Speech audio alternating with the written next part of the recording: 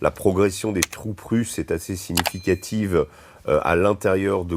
Kupiansk d'abord, qui est assiégé depuis quelques mois, et également Pokrovsk qui est assiégé. C'est des villes qui sont distantes d'à peu près, on va dire, 300 kilomètres. Également, en fait, ce qui s'est passé, c'est que aujourd'hui, vous avez ce qu'on appelle un sac à feu, c'est-à-dire un quasi-encerclement de la ville de Pokrovsk et de la ville de Mirnograd, qui est également la ville jumelle de Pokrovsk. Et ces deux villes, avec quelques milliers de soldats ukrainiens à l'intérieur de cette poche qui défendent encore ces villes, risquent finalement l'encerclement. Les petites unités d'infanterie russes ont pénétré jusque dans le centre-ville de Pokrovsk. Et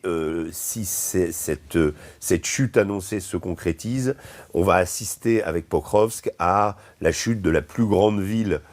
d'Ukraine conquise par les Russes depuis 2 ans et demi, depuis la fameuse bataille de Bakhmout. Ce qui est intéressant dans ce qui est en train de se passer, c'est que d'un point de vue de la technique militaire, on assiste à nouveau au triomphe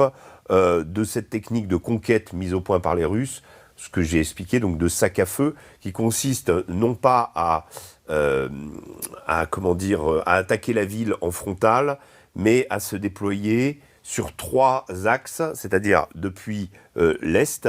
au nord, à chercher à percer au nord, et au sud des villes, de façon à couper les lignes d'approvisionnement des combattants de la ville.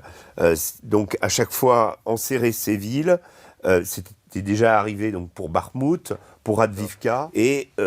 donc on assiège progressivement et on étouffe ces villes jusqu'à finir par forcer les Ukrainiens, la garnison ukrainienne, à partir ou à se battre jusqu'à la mort.